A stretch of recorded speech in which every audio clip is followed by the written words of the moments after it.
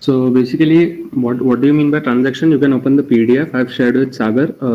जो अभी जो लिंक दिया सागर को वही वाला ओपन करना, लेटेस्ट वाला link please. So according to that, transaction is a collection of such operations that form a single logical unit of work. Okay, so what you can say that suppose you have maybe X operations. X operations are packed in a package, and then those are kind of all those operations are conducted such that they cannot be like further split. That operations have to have to go on from start till end as they are ordered. Okay, you can't split them and do them. So it is like अगर एक भी operation उसमें से unsuccessful हुआ, the whole transaction goes unsuccessful, right? So it is kind of a single logical unit of work. Transaction के अंदर बहुत सारे ऑपरेशंस होते हैं, बट देन उन सब ऑपरेशंस का एक पैकेज को हम ट्रांजेक्शन बोलते हैं. If one operation fails, the whole transaction fails basically. So say you want to transfer some of ₹500 from account A to account B, then उसमें क्या क्या चीजें लगेगी. पहले अकाउंट ए का will read balance, will update the balance by deducting 500 from it. So maybe R of A, that is read A from database, then A plus equals A minus equals 500 according to programming constraints, and then write A updated value अपने database पे लिख दी. Then again B पे जाओ, B का पहले balance read करो, B plus equals 500 and then write B.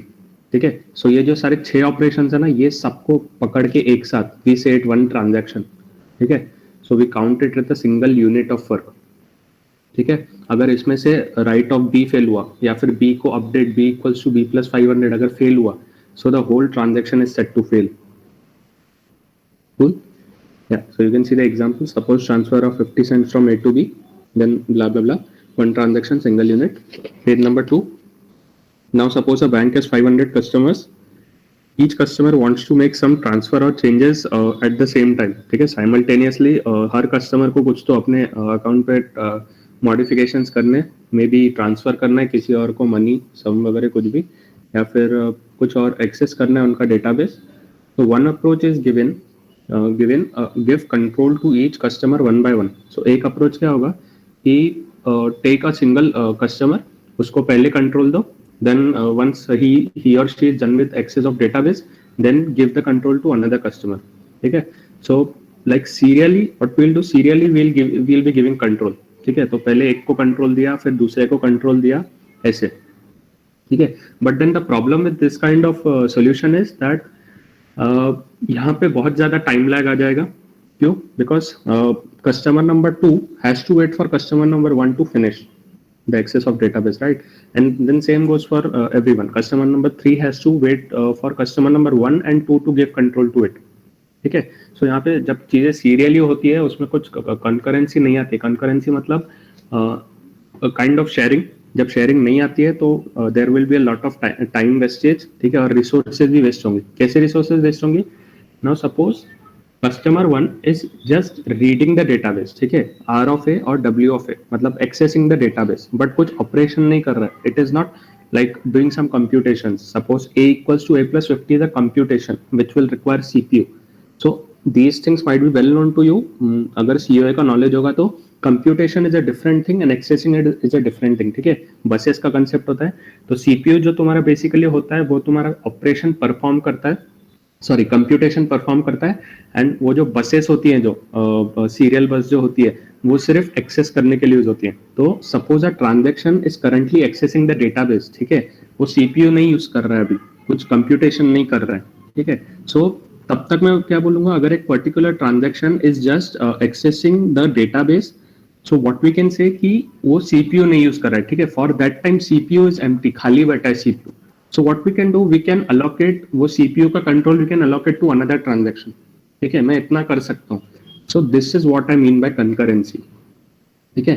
So अगर मैं serially जाता हूँ, so what will I say? जब तक पूरा एक transaction complete नहीं होता, I can't go to another transaction. But if I go concurrently, so I can say अगर one transaction is using suppose bus or accessing the database, so what I'll do, मैं CPU का control दूसरे transaction को दे दूंगा. ठीक है, और else vice versa. अगर एक ट्रांजैक्शन तुम्हारा सीपीयू का कंट्रोल लेके बैठा है, सो एक्सेस का control I will give to another transaction. ठीक है, तो इससे क्या होगा, अपना time of access and then कोई भी रिसोर्सेज अपनी जो ब्लैंक नहीं रहेगी, ठीक है, और एक्सेस टाइम हमारा कम हो जाएगा, and then it has a lot of advantages. But then अभी इसमें प्रॉब्लम क्या है?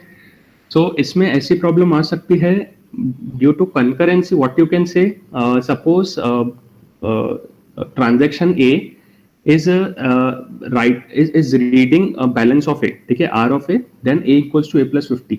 ठीक है, अब मैंने बीच में बोल दिया कि ट्रांजैक्शन 2 आ गया। ठीक है, अब ट्रांजैक्शन 2 ने अभी क्या किया, उसने भी अभी a का बैलेंस रीड किया। Suppose you have two situation in which first transaction says that a wants to transfer a sum of 50 rupees to b। ठीक है, this is first transaction. Another transaction says कि because it is a month end, so A का अगर savings account है, so then increase its balance by 4%। ठीक है, 4% उनको increment दे दो। ठीक है, because it is month and. ठीक है, सो अभी क्या हुआ, फर्स्ट ट्रांजैक्शन में कैसे होगी चीजें, आर ऑफ ए, ठीक है, रीड ए, पहले बैलेंस रीड होगा, then A equals to A minus 50 because it wants to transfer 50 cents to B, right. Then suppose I say interleaving हुआ, ठीक है, कंट्रोल अभी चले गया सेकेंड ट्रांजैक्शन के पास। ठीक है, सो अभी अपना जो सिनेरियो है, सो जब सेकेंड ट्रांजैक्शन जब रीड करेगा तुम्हारा वैल्यू, ठीक है, आर ऑफ ए जो होगा वो इनिशियल वैल्यू रीड होगा। ठीक है, -50 वाला रीड नहीं होगा, बिकॉज -50 वाला वैल्यू अब तक राइट ही नहीं हुआ है तुम्हारे डेटाबेस में, राइट। सिर्फ कंप्यूटेशन होके ए की वैल्यू इक्वल्स टू a-50 हुई है, अब तक राइट नहीं हुआ है। तो द सेकेंड ट्रांजैक्शन जो तुम्हारी वैल्यू रीड करेगा, that will be the initial value itself. Suppose से ए का इनिशियल वैल्यू 100, ट्रांजैक्शन 1 ने आर ऑफ ए किया तो उसको 100 मिला, ए इक्वल्स टू a-50 किया, सो ए इज जस्ट 50 नाउ। ठीक है, लेकिन अब तक डेटाबेस पे राइट नहीं हुआ है। And suppose the transaction 2 interleaves, मतलब बीच में ही आ जाता है, and then it request to read the database, तो वो ए का वैल्यू 100 ही रीड करेगा, बिकॉज 50 अब तक राइट नहीं हुआ है। ठीक है, सो यहाँ पे तुम्हारा कन्फ्लिक्ट आ जाएगा, बिकॉज एक ट्रांजैक्शन ने ऑलरेडी 50 डिटेक्ट कर लिया है, बट बिकॉज राइट नहीं किया है, इसीलिए कन्फ्लिक्ट आएगा। ठीक है, so to manage all these conflicts, ये सारे कंफ्यूजन हटाने के लिए, these first of all these are disadvantage of concurrency। ठीक है, हमने क्योंकि concurrency को बीच में लाया, इसीलिए हमारे पास ये सारे conflicts, ये सारे limitations, ये सारे disadvantages आएंगे। काफी सारे confusions हो गए कि पहले जब कोई रीड कर रहा है, या जब तक कोई राइट नहीं करता तब तक और कोई रीड नहीं कर पाएगा। ये सारे confusions दूर करने के लिए we have established transaction management system। तो पहले तो इतना समझो, because we have introduced the concept of concurrency, इसीलिए only we are studying transaction management system, नहीं तो इसका as such कुछ यूज नहीं है। To have concurrency in our system just to reduce the time delay by 1.5 or 1 second, ठीक है, only for that matter you are studying transaction management system। अगर सारी चीजें हम सीरियली करें तो ये transaction management system का कोई significance नहीं है। Fine, so everything comes due to this concurrency वाला thing। Okay, so page number 2, one approach is give control to each customer one by one। So is this efficient? No, it is not efficient. It would take a lot of time to process all the requests, right?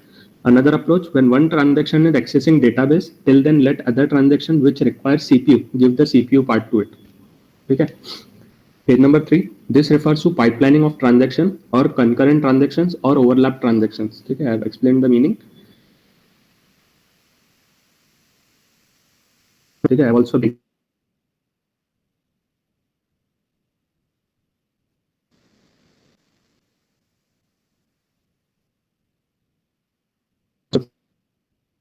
transaction T1 and transaction T2। So T1 A का balance read किया, A की value, but then A ने अब तक right नहीं किया था, but then T2 का रिक्वेस्ट आ गया। ठीक है, ट्रांजैक्शन T2 स्टार्टेड ऑपरेटिंग, उसको कंट्रोल दिया गया बीच में से। सो रीड ऑफ A उसने रीड किया, A इक्वल्स टू A+70 किया, बट अभी ये जो करंट वैल्यू जो रीड करेगा वो 100 ही रीड करेगा, इट वोंट रीड 50 बिकॉज अब तक 50 राइट नहीं हुआ है तुम्हारे डेटाबेस में, right. So it would what, अभी उस वैल्यू क्या हो जाएगी उसकी, 170 हो जाएगी A की, according to transaction T2 the A holds, A के पास वैल्यू इज 50, राइट। अभी T2 जो है वो तुम्हारे जब राइट ऑफ A करेगा तो it will write 170, but then T1 will, वो T1 जो वैल्यू है, नहीं, T1 जो वैल्यू लिखेगा वो 50 लिख देगा। सो 170 इज रिप्लेस बाय 50 नाउ। ठीक है, विच इज क्वाइट रॉन्ग। तुम्हारा फाइनल आंसर क्या होना चाहिए था, 100 minus 50 plus 170. If you go serially, so 100 minus 50, 50 is written, then 50 plus 70, 120 is written, right? So तुम्हारा final answer should be 120, but your final answer is coming to be 50. So this is problem due to concurrency, right? Hence the end of both transaction produce different result. Okay, this is disadvantage of concurrency. Page number 5. To avoid such disadvantage, we use transaction management system, which takes check that no interleaving will produce inconsistency at the ultimatum. ठीक है, इसका मतलब क्या है कि what is my primary गोल? मेरा primary goal ये है कि तुम ट्रांजैक्शन को कोई भी फैशन में करो, इधर गो सीरियली और गो कंकरेंटली और एनीथिंग, बट जो तुम्हारा एंड रिजल्ट होना चाहिए उससे तुम्हारे डेटाबेस पे इनकंसिस्टेंसी नहीं होनी चाहिए. मतलब एक ट्रांजैक्शन बोल रहा है कि माय फाइनल वैल्यू ए की final value should be X and दूसरा ट्रांजैक्शन बोल रहा है कि ए की final value should be Y. ऐसा नहीं होना चाहिए. ठीक है, at the ultimatum values should be consistent with each other, they should satisfy each other. हर एक ट्रांजैक्शन को सेटिस्फाई करते आना चाहिए उस वैल्यू को, right? So primary goal of transaction management system is efficiency is best due to concurrency. ठीक है, we introduce concurrency and hence efficiency is best. Transaction executed correctly, that is output is same as in case of serial execution. So what does transaction management say? That my output or the ultimate result should be same जब मैं उनको serially करूं, तब जैसा output आ रहा है वैसा ही output in presence of concurrency भी आना चाहिए. ठीक है, so even with interleaving the transaction should be executed correctly, that is output is same as in the case of serial execution, right? So coming on to next page, page number 6. We'll अच्छा, अब तक कुछ confusion है? Because we will be seeing properties of transaction now. I think it was pretty basic and pretty simple, so confusion नहीं होनी चाहिए. So next one, properties of each transaction. So we have क्या बोल सकते हैं, एक subscript named as ACID. ACID मतलब बोले तो A for atomicity and then C for consistency, I goes for नहीं, just a second.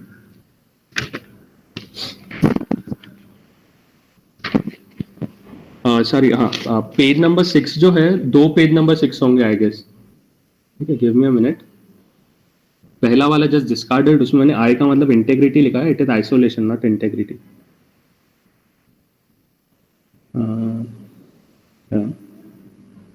या so you have 2 page number 6. पहले वाले को डिस्कार्ड कर दो. ठीक है, go to next page number 6.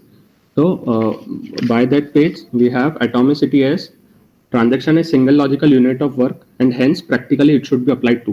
मतलब in definition we studied that transaction is a collection of operations, but then those collection of operations is counted as a package and hence we call it as a single logical unit of work. So practically भी वो applicable होना चाहिए. ठीक है, ऐसा नहीं होना चाहिए कि एक transaction को I can split into many operations और मैं operations को independently perform करूँ. ठीक है, so I have to count each transaction as just a single unit of work, either yes or no. ठीक है, इधर तुम्हारा ट्रांजैक्शन होगा या नहीं होगा. सो बैलेंस जो 50 है वो A से कट होके B में जाना ही चाहिए. ऐसा नहीं होना चाहिए कि A से कट हुआ लेकिन B में गया ही नहीं, राइट? तो आधा अधूरा नहीं हो सकता है. सो 0 और 1. So atomicity says that.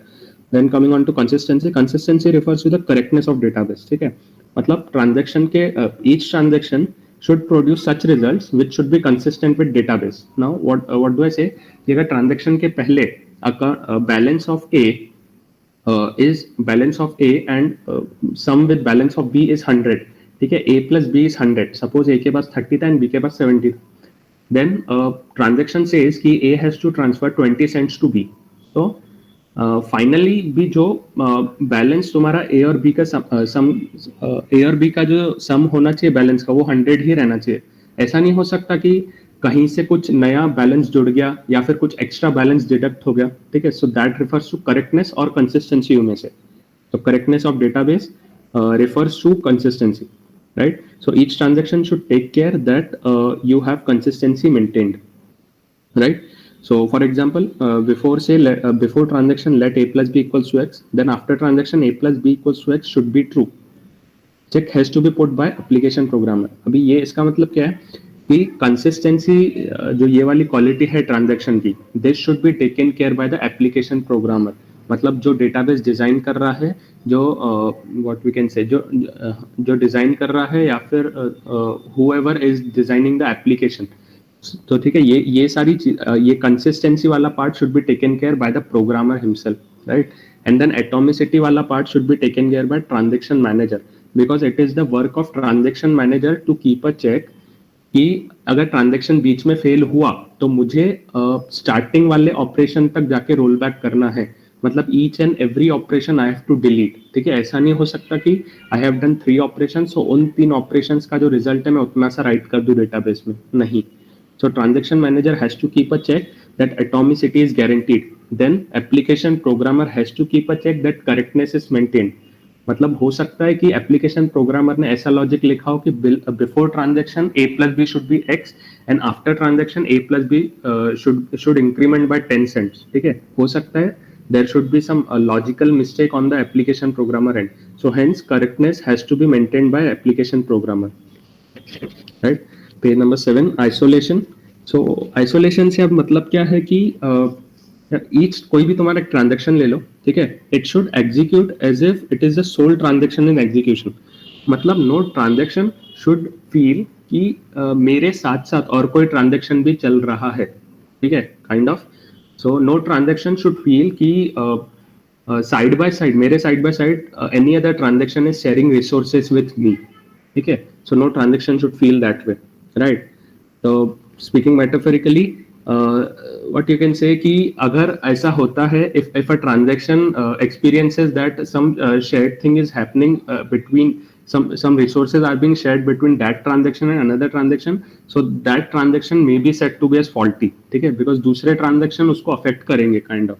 So you should get a feeling till last कि एक particular जो transaction हुआ, it was done without any involvement of other transaction. So that you may, so isolation से मतलब वो है, ठीक है? So this is to be taken care by the concurrency control manager. So it is the role of concurrency control manager to keep a check कि अगर concurrency हो भी रही है, ठीक है, अगर resources share भी हो रहे हैं, तो इस तरीके से share करने हैं resources और इस तरीके से I have to maintain the resources कि there should not be a feeling कि कोई एक ट्रांजेक्शन ने दूसरे ट्रांजेक्शन को इंटरफेयर किया, ठीक है? It is the role of concurrency control manager. तो ये सारे जो है ये पार्ट्स हैं तुम्हारे, ठीक है, ट्रांजैक्शन मैनेजमेंट सिस्टम में. सो इसका architecture you can find on इधर Geeks for Geeks और ट्यूटोरियल्स पॉइंट, ठीक है? I haven't covered up that in this. So बहुत इजी है इसका आर्किटेक्चर, एक बार बस देख लेना, right?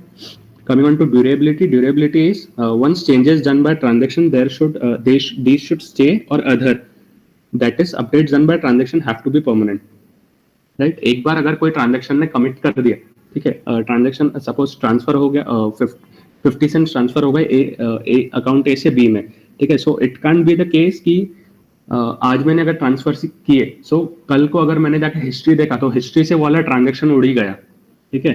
So transactions have to be durable, ठीक है? अगर कुछ चेंज हुआ है तो वो मेंटेन होना चाहिए चेंज, ठीक है? यू कांट से कि मैंने अगर आज किया सो कल जाके मैंने हिस्ट्री देखा तो हिस्ट्री में वो ट्रांजेक्शन का डिटेल ही नहीं था, ठीक है? So those changes have to other, right? So this is the task of recovery manager to keep a check कि each transaction is durable, right? Coming on to page number 8, you can see state of transaction. So states of transaction say, so जब तक like if a transaction is started, so it is said to be in active state. So start से लेके end operation तक transaction is in active state, ठीक है? एक बार तुम्हारा end operation खत्म हुआ, it goes in partially committed state, right? So start of transaction means first operation जो रहेगा transaction का, वहां से लेके till last operation your transaction is in active state, right? Once the last operation goes is done, it goes in partially committed state, right? एक बार तुम्हारा stamp लग गया committed, it goes in commit state, ठीक है? अब से कि transaction execute होते होते, suppose in a transaction you have 6 operations, ठीक है? So suppose a equals to a plus 50, ये कंप्यूटेशन करते करते there is a power cut, ठीक है? Then your transaction goes to failed state, right? Then your transaction goes to failed state, from active state to failed state, और failed के बाद it goes to aborted state. तो what you can say, अगर तुम्हारे सारे operations complete हो भी गए हैं, it does not mean your transaction is complete, it is yet to go in commit state. So सारे ऑपरेशंस कंप्लीट होने के बाद if there is a power cut, it goes to failed state, ठीक है? This is clearly understood by states of transaction. ये वाला diagram काफी important है, ठीक है? Page number 9, problems that may be faced due to interleaving. Acha, so any doubts up till now?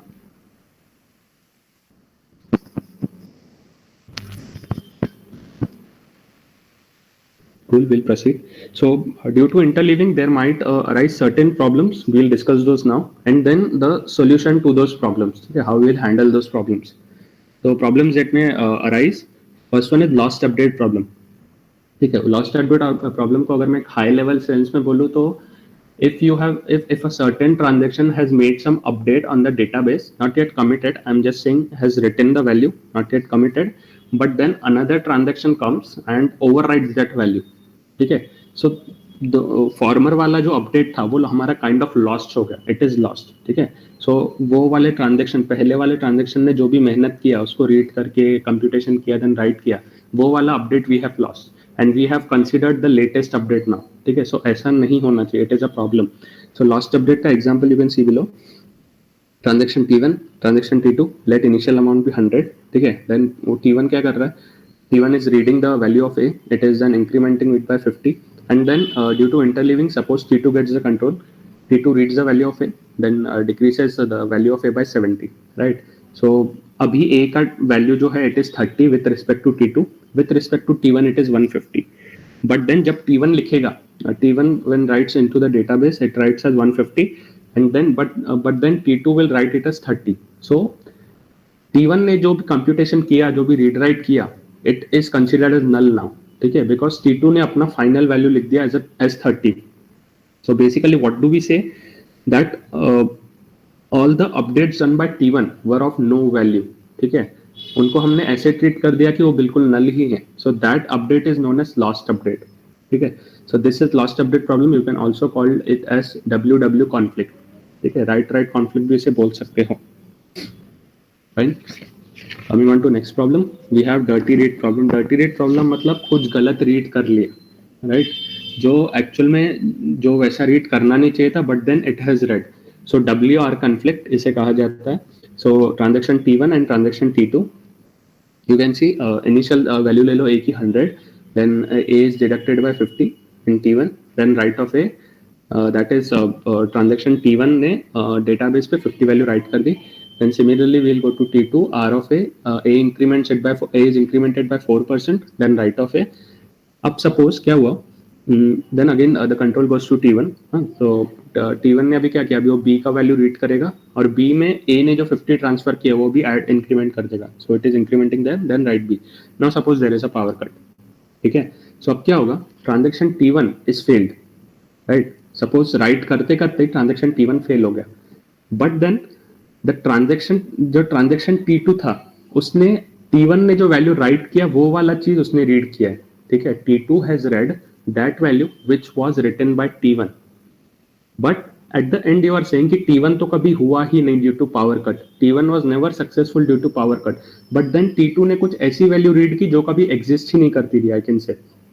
ठीक है, T2 ने वैल्यू 50 रीड की जो कभी एग्जिस्ट ही नहीं करती थी, because there would be no mention in our database of transaction T1, because अब तक वो कमिट ही नहीं हुआ है. मेंशन कब आता है डेटाबेस में, वंस यू कमिट. ठीक है, सो एक बार T1 जब कमिट हुआ only then you can mention that in history. ठीक है, सो अभी अगर T1 फेल हो गया, सो उसका मेंशन ही नहीं है हिस्ट्री में, so how can you say that from where T2 read the value of A as 50, उसको 100 ओनली. ठीक है, so this is dirty read problem. जो चीज एग्जिस्ट ही नहीं करती T2 ने वो चीज रीड की in a simpler way, right? So T1 fails in between, hence it roll back. Okay, but then it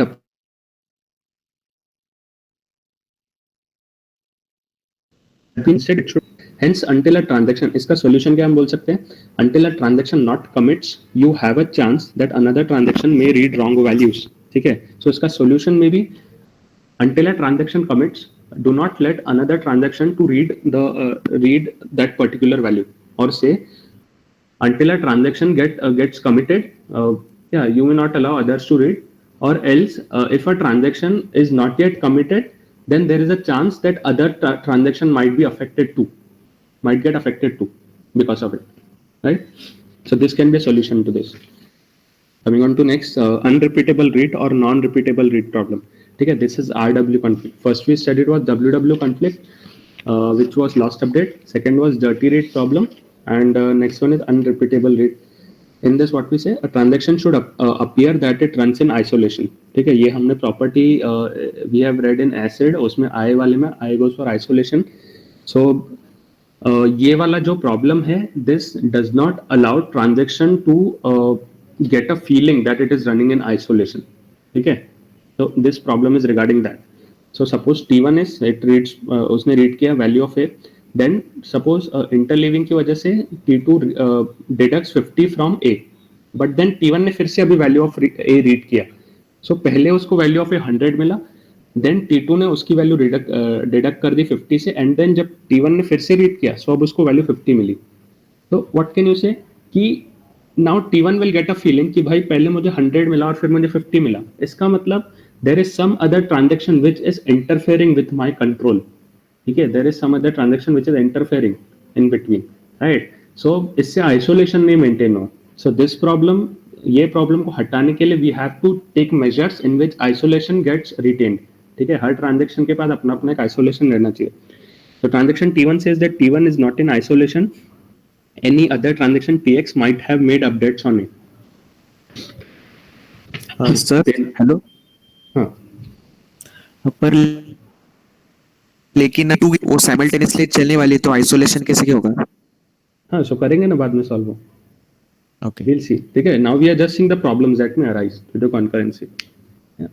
So page number 12, phantom read problem. Phantom read problem says कि तुमने T1 ने पहले read किया A की value, then same T2 ने भी read किया. Now suppose transaction T1 ने A का अकाउंट ही उड़ा दिया, A का अकाउंट ही डिलीट कर दिया. ठीक है, तो maybe that person wants to like discontinue with that bank, so उसका अकाउंट ही उड़ा दिया वो पर्टिकुलर ट्रांजेक्शन में. देन सपोज T2 ने अभी रीड करके रखा था A की वैल्यू, राइट. सो अब T2 बोलेगा कि मुझे अभी A में से 50 डिडक्ट करना है, राइट. सो A में से आई वांट टू डिडक्ट 50. तो व्हाट इट विल से कि एरर है, ए का अकाउंट एग्जिस्ट ही नहीं करता, ऐसा एरर आएगा. सो this is Phantom read problem. इसका मतलब क्या है कि T2 विल फील कि पहले पहले जब मैंने रीड किया तब मुझे एरर नहीं आया, but then suddenly I got an error that it does not exist. So it is kind of, you can say kind of phantom, a ghost. ठीक है, घोस्ट की कुछ तो प्रॉब्लम हुआ यहाँ पे, and then A suddenly went vanished. Page number 13. Yeah, any doubts till now? Because now we'll be dealing with schedules.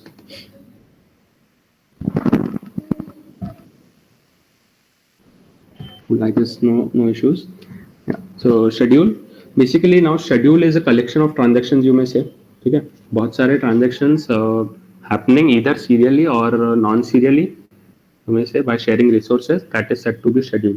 ठीक है, a particular order in which operations of transactions are executed, this is known as schedule. So note, for a particular transaction the order of operations cannot change. Most important point may be, ठीक है, for a particular transaction, अगर एक particular मैं transaction ले रहा हूँ, ठीक है, मैं ऐसा नहीं कर सकता कि पहले मैंने ए की वैल्यू अपडेट कर दी फिर मैंने ए की वैल्यू रीड की, राइट. पहले मुझे रीड करना ही पड़ेगा, only then I can update. ठीक है, आई कांट से कि पहले मैंने राइट कर दी ए की value, then I will update and then I will read. ऐसा नहीं, पहले तुम्हें रीड करना है, then you can update, then you can compute something a equals to a minus 50 maybe, and then you have to write. ठीक है, so there has to be a particular order in a transaction, order of operations I mean. ठीक है, that is a equals to a minus 50 cannot come before r of a. तो पहले तुम्हें read करना पड़ेगा, उसके बाद ही you can compute something. So we'll first go to page number 15. Yeah, so here you have types of schedules. ठीक है, so first is serial schedule.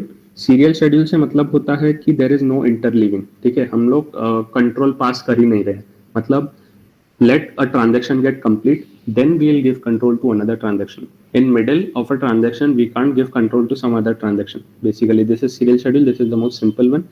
But then इसका disadvantage we saw, इसमें resources blank रहेंगे बहुत सारे time में, and then बहुत सारा अपना टाइम वेस्टेज होगा, right. But then these guarantee consistency. ठीक है, अगर मैंने बोल दिया कि एक एक ट्रांजेक्शन को मैं एक एक टाइम पे करूंगा, देन कंसिस्टेंसी मेरा हमेशा मेंटेन रहेगा, first of all, right. So if there are n transactions in a schedule, possible number of serial schedules equals to n factorial. Anyone can figure out the logic why n factorial?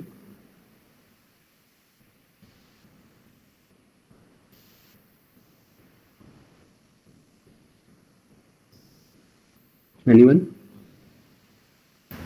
It is saying if there are n transactions in a schedule, possible number of serial schedules equals to n factorial.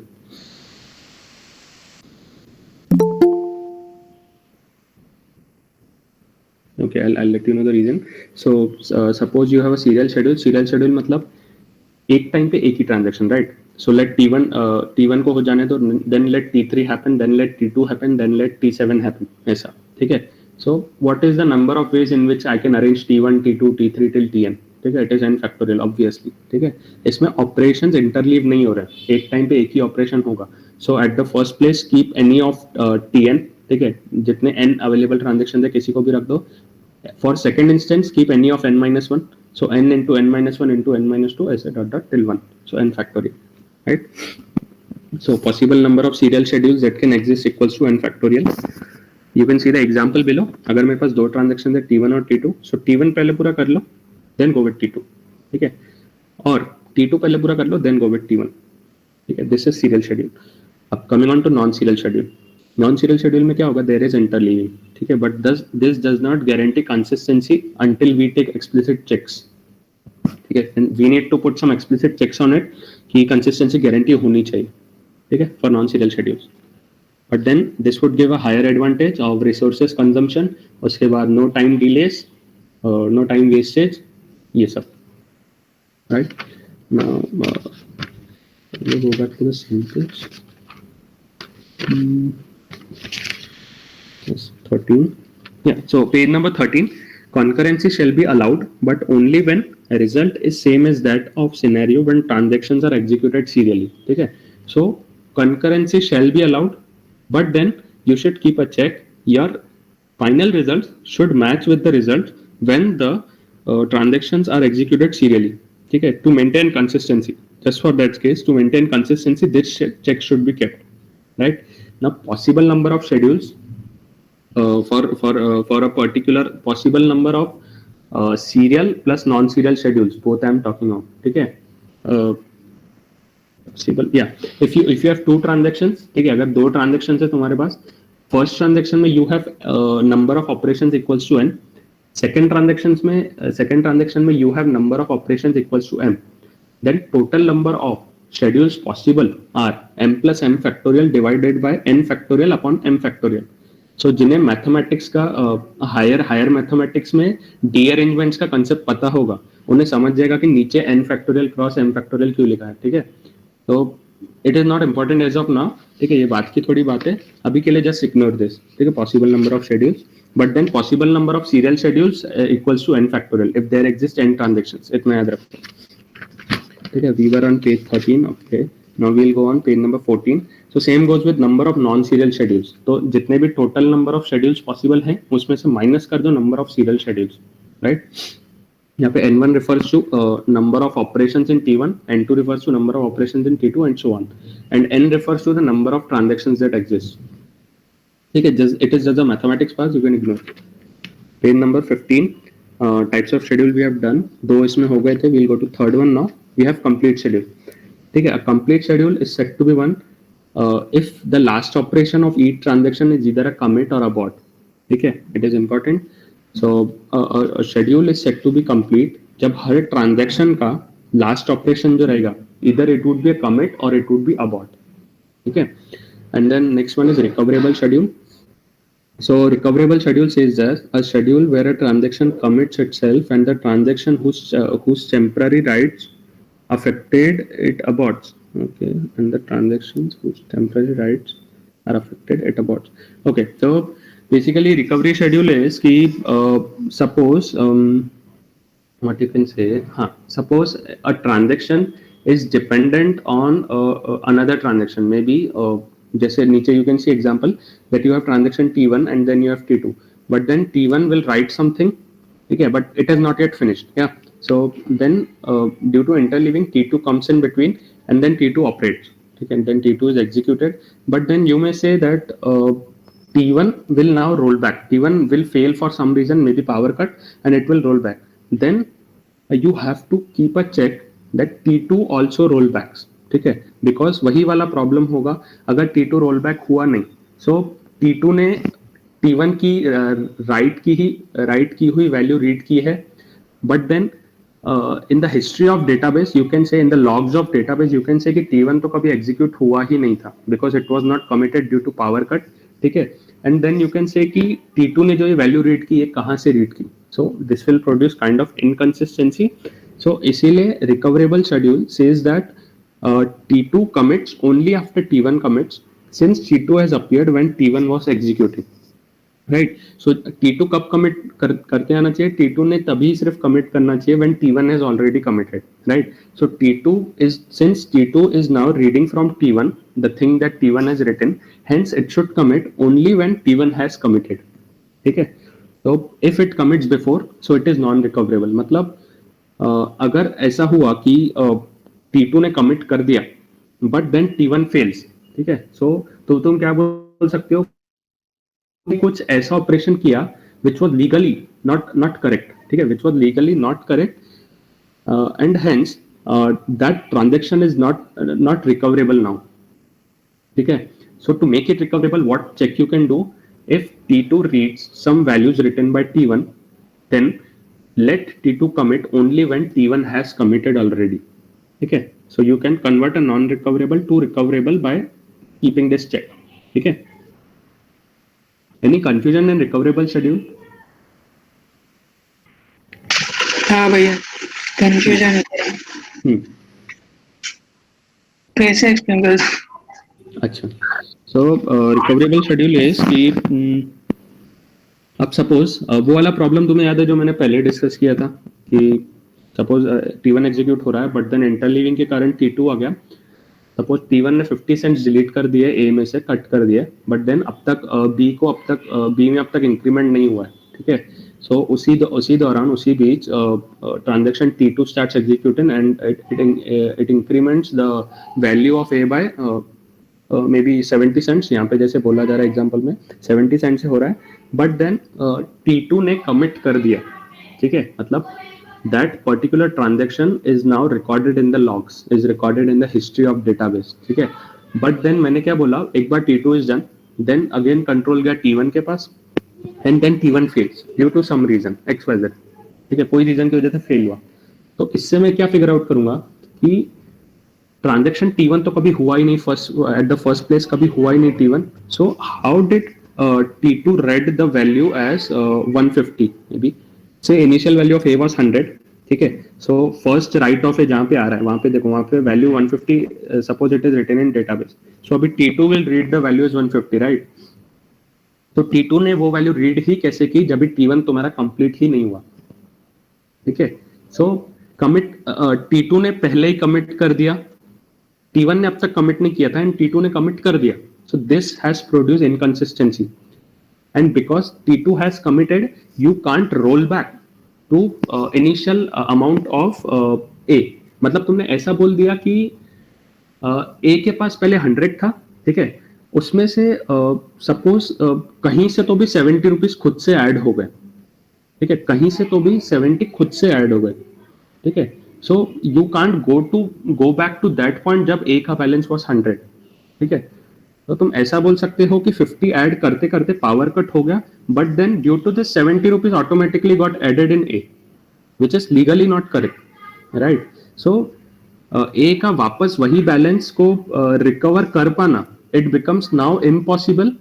अभी impossible क्यों हुआ, because T2, तो because due to इंटरलिविंग T2 ने कुछ गलत values read की, इसीलिए ये हुआ.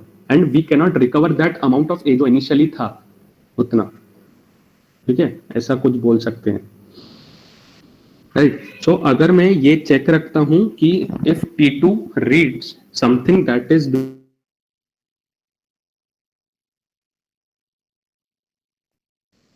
T2 has to commit, right, only in that case I can say that my schedule is recoverable, right.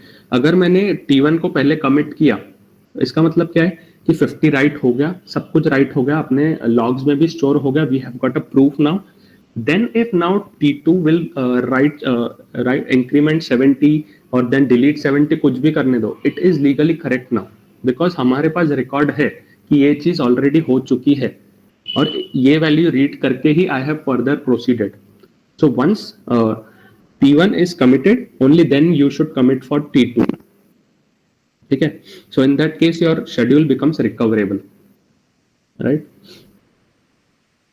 So coming on to page number 17, an example for this may be thought as copying in exam. ठीक है? जब तुम लोग copy करते हो exam में, so don't commit or submit until the one guy you have copied from has also done so. तो जब तक सामने वाले बंदे ने सबमिट नहीं किया अपना पेपर, तब तक सबमिट मत करो, बिकॉज हो सकता है उसने लास्ट मिनट पर कुछ चेंजेस कर दिए हो. तो the solution to this is called cascaded rollbacks. अच्छा, ये एग्जांपल के थ्रू अभी क्लियर हुआ होगा. ठीक है. सो जब तक सामने वाले ने सबमिट नहीं किया, जब तक सामने वाले ने एक फाइनल चेक नहीं मार दिया कि डन, ठीक है, तब तक यू शुडंट डू एनीथिंग. ठीक है. सो you shouldn't commit or you shouldn't submit until the one you are copying from उसने जब तक कुछ किया नहीं, राइट. सो इसको जो हम सोल्यूशन बोल सकते हैं maybe cascaded rollbacks. Cascaded rollbacks मतलब क्या? Recoverable schedules need to have cascaded rollbacks और कास्केडिंग अबॉर्ट्स. ठीक है. So once transaction T1 goes in to rollback state, एक बार फेल हो गया अपना T1, ठीक है. सो व्हाट विल से कि उसके साथ साथ T2 भी रोलबैक होना चाहिए. ऐसा नहीं हो सकता कि अगर T1 तुम्हारा if T1 fails then also then T2 shall commit. ठीक है. ऐसा it should not happen. अगर T1 की राइट की हुई value is being read by T2 and if at the ultimate T2 has failed, ठीक है, then your T1 has failed, then T2 should also fail. So it is known as cascadable rollback. Cascadable मतलब one transaction if rollbacks, then it should automatically roll back the other transaction which has read from that particular transaction. Possibly. Yeah. So this is cascadable rollback. Okay. So any doubts till now?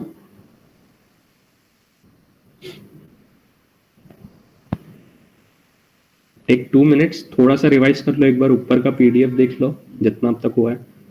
बस थोड़ा confusing है ये चीज. Then एक बार वो cascadable rollback फिर से एक बार बता. कैस्केडेबल, ठीक है, विल रिवाइज दैट. उसके अलावा और कुछ doubts? Just take a minute and see. पहले देख लो एक बार प्रॉपर का.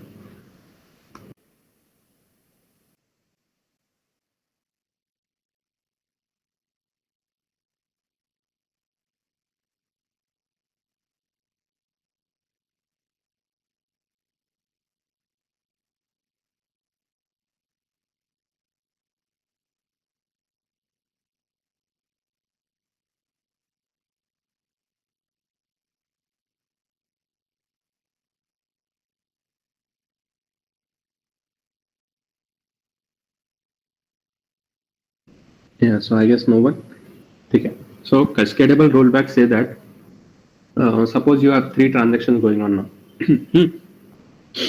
and T1 ने जो वैल्यू राइट की है it is being read by T2, then T2 ने भी कुछ वैल्यू राइट की and it is being read by T3, right?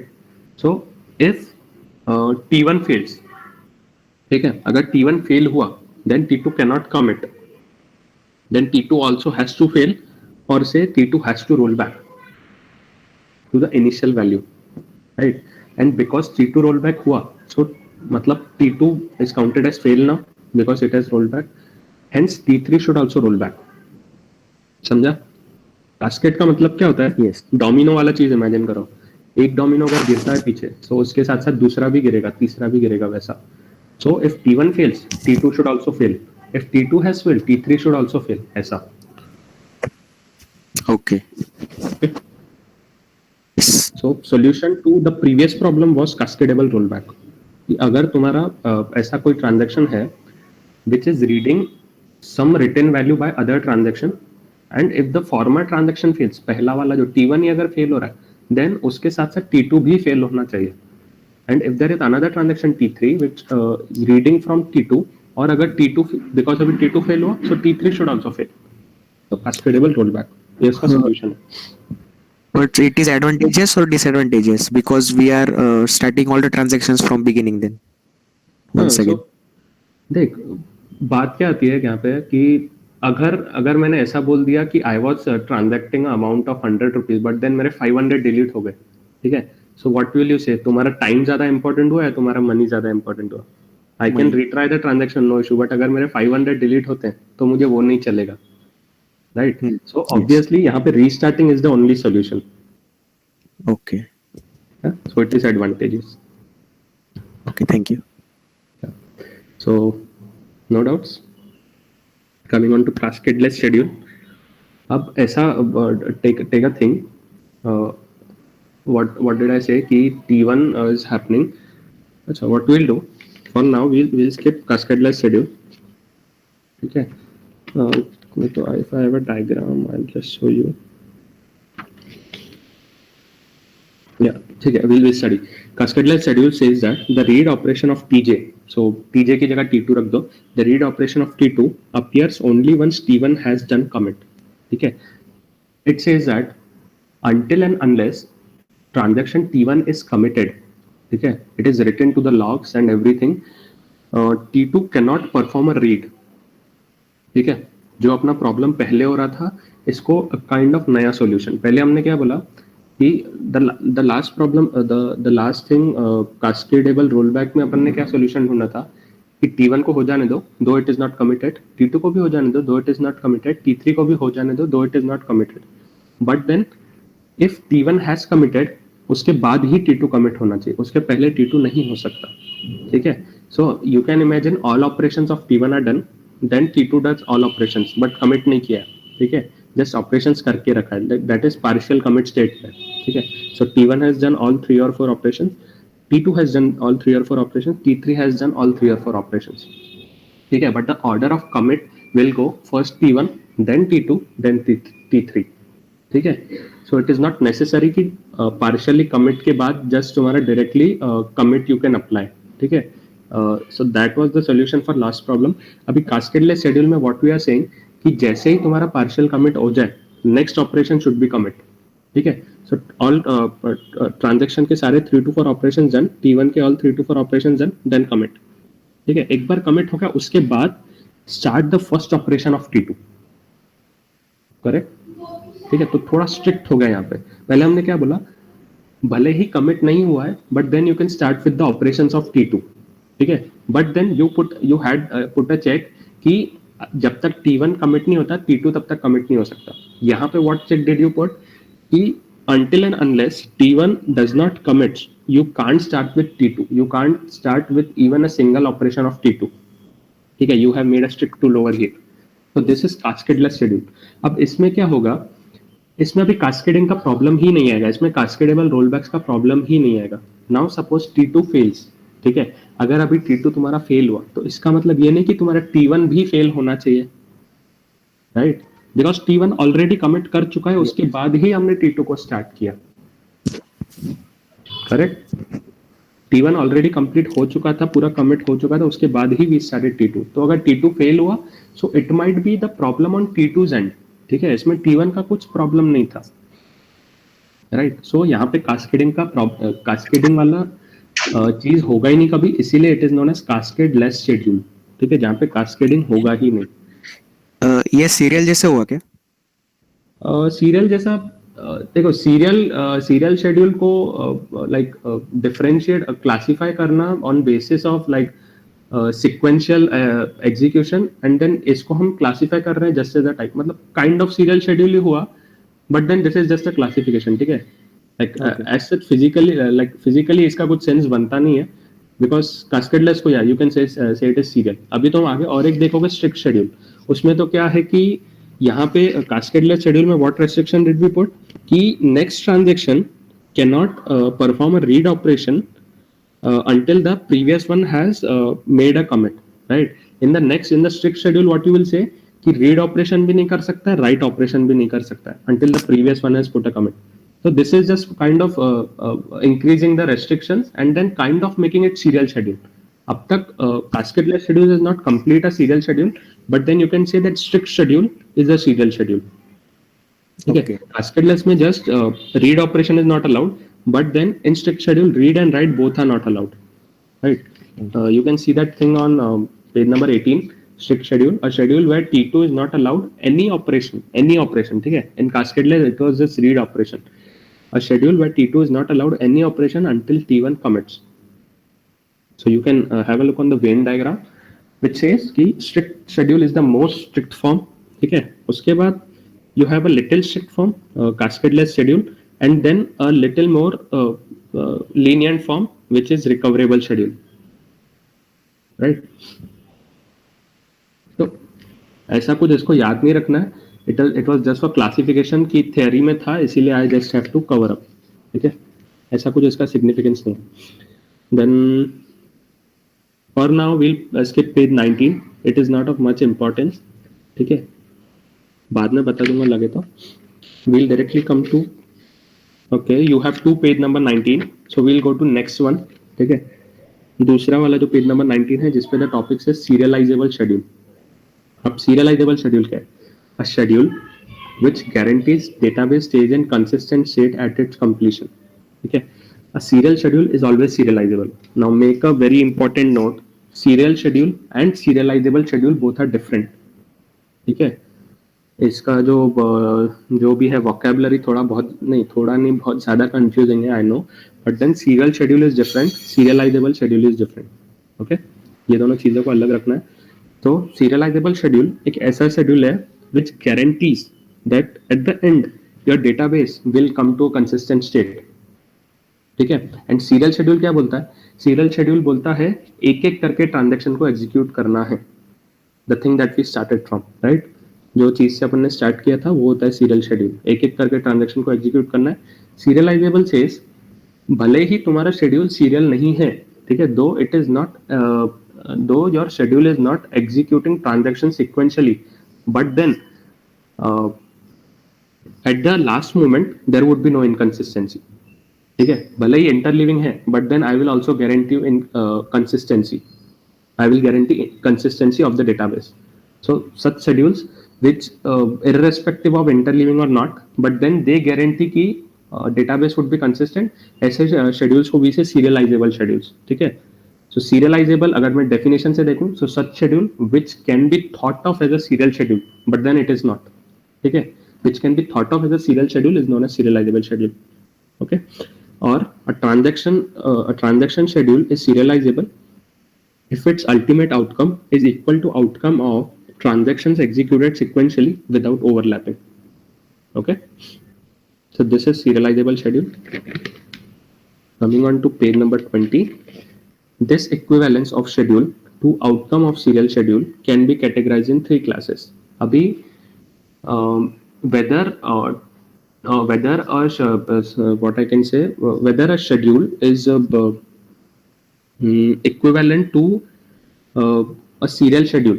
ठीक है, whether a schedule which is maybe serial or non-serial, ठीक है, if it is equivalent to a serial schedule or not, this thing can be categorized into three things. ठीक है, first one is result equivalent schedule, second is conflict equivalent schedule which is also known as conflict serializability. ठीक है, and then third one is view equivalent schedules which is also known as view serializability. ठीक है, any doubts until now?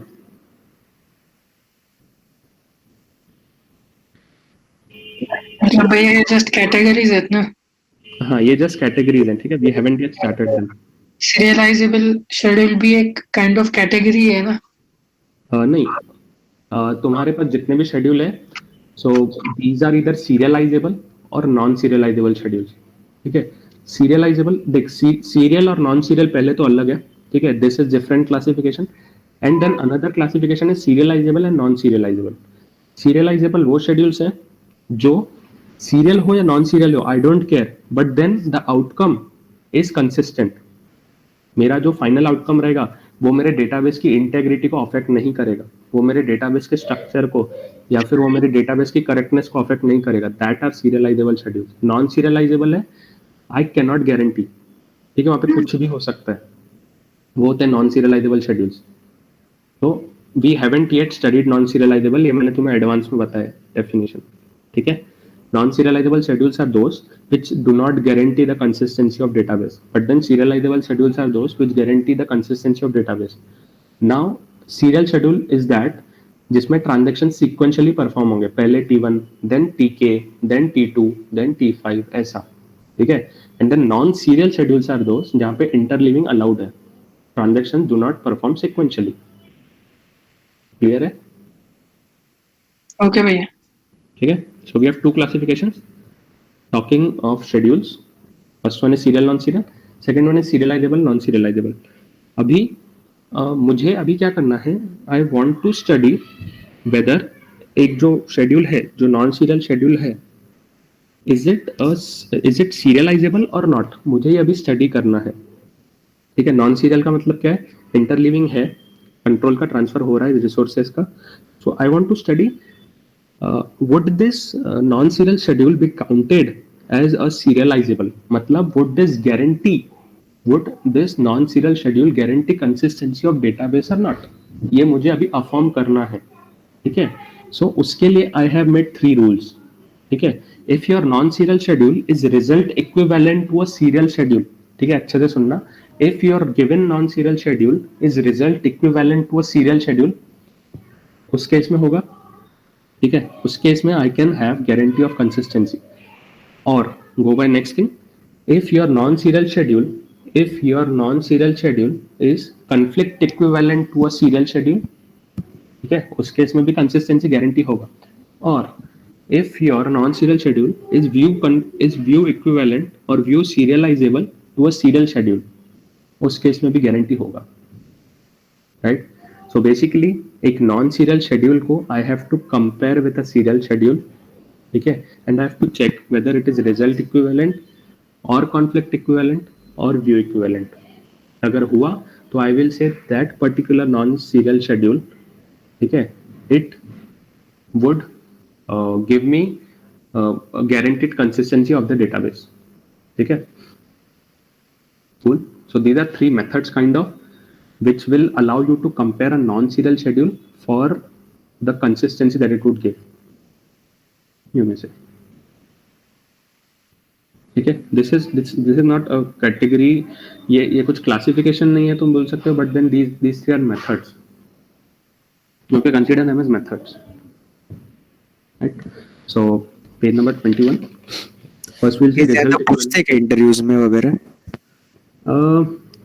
मतलब conflict serializability is quite important, and then result equivalence is simple, quite simple. View serializability is not in the syllabus में नहीं है वो, higher level database में है वो, but then conflict serializability is important. Okay. ठीक है. So yeah, you can skip after conflict serializability, उसके बाद कुछ है भी नहीं, because I have planned to skip view serializability. पहले तो वो थोड़ा difficult concept है, उसके बाद अपने syllabus में है भी नहीं. Right. So page number 21, result equivalent schedule. So result equivalent schedule are those S1 and S2 are said to be result equivalent if the final state of both are equivalent. ठीक है. मैंने 2 schedules लिए, दोनों को मैंने execute किया और दोनों का जो final state है वो दोनों का equal आ रहा है, same आ रहा है. You can see example below. S1 is a serial schedule, S2 is non-serial schedule. Right. अब इट इज नॉट कंपल्सरी कि एक सीरियल होना चाहिए, एक नॉन सीरियल, दोनों नॉन सीरियल भी रहे तो भी चलेगा, दोनों सीरियल भी रहे तो भी चलेगा, बट देन दोनों का आउटपुट अगर सेम आ रहा है, so both are result equivalent. मतलब on basis of result I am classifying them as equivalent. ऐसा फाइनल रिजल्ट उसके बेसिस में I am saying them as equivalent. So transaction T1 says read x plus equals to 5, write x, read y star equals to 3, write y, then read x plus equals to 7 and write x. So इससे तुम एक बार perform कर लो. If you take initial value of x as 1 and y as 5, तो तुम्हारे पास final value of x will be 13 and y will be 15. ठीक है. And then go with the second now. ठीक है. दोनों में हमें starting value सेम ही लेनी है. अब second वाला भी जब तुम लोग execute करोगे, जब तुम final values देखोगे, तो x की value will be 13 and y की 15.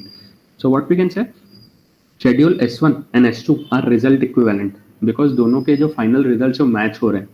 But then now if you consider a third schedule, ठीक है, S3 बोल दो, वहां पे व्हाट डू यू डू,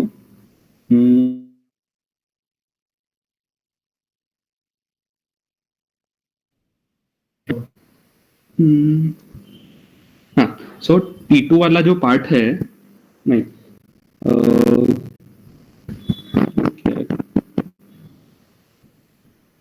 ठीक है, I can not form because यहाँ पे प्लस और इनटू है. ठीक है, मैं दूसरा एग्जांपल में आई टेल यू आफ्टरवर्ड्स. ठीक है. what can be a possible such schedule which is not result equivalent to S1 or S2. Okay, I'll tell you afterwards.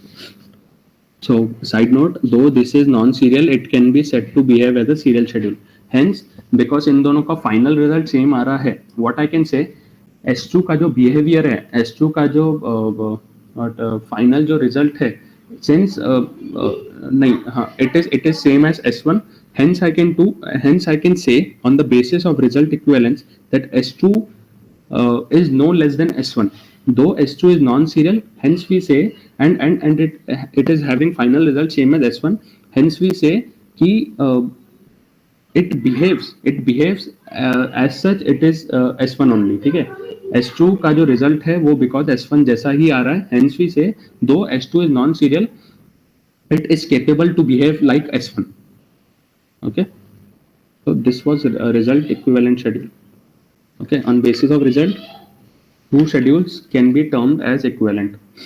Now conflict serializable. अच्छे से सुनना, बहुत important है.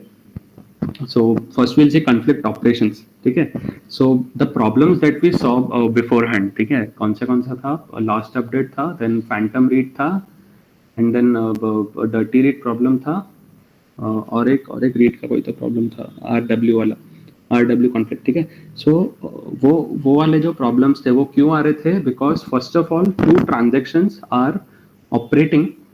transactions are having operations on the same data. First of all, ठीक है. अगर मैंने बोल दिया कि मुझे भी एक पेन चाहिए, ठीक है, और मेरे फ्रेंड को भी वही वाला पेन चाहिए साइमल्टेनियसली, ठीक है. If I'm using that pen और मेरे फ्रेंड को भी वही वाला पेन चाहिए, so we will have kind of conflict because we are operating on the same object. ठीक है. So first of all, to have a conflict, two different transactions T1 and TJ should act on same data. ठीक है. Now अगर वो same data पे act कर रहे हैं, so there can be a conflict in those operations if at least one of the operations is right. ठीक है. So first prior condition should be, first of all, they should operate on same data, and if they're operating on same data, but then out of those at least one is right operation, तो conflict आएगा. You can see the examples below. Ti and Tj, if Ti says read and Tj says write, or Ti says write, Tj says read, but then or Ti says write and then Tj also says write. ठीक है. जब ऐसे operations आएंगे, but then data same होना चाहिए. ठीक है. जब ऐसे वाले ऑपरेशंस आएंगे तो हम we will say these operations as conflicting operations. ठीक है. और नॉन कन्फ्लिक्टिंग ऑपरेशंस कब कब हो सकते हैं?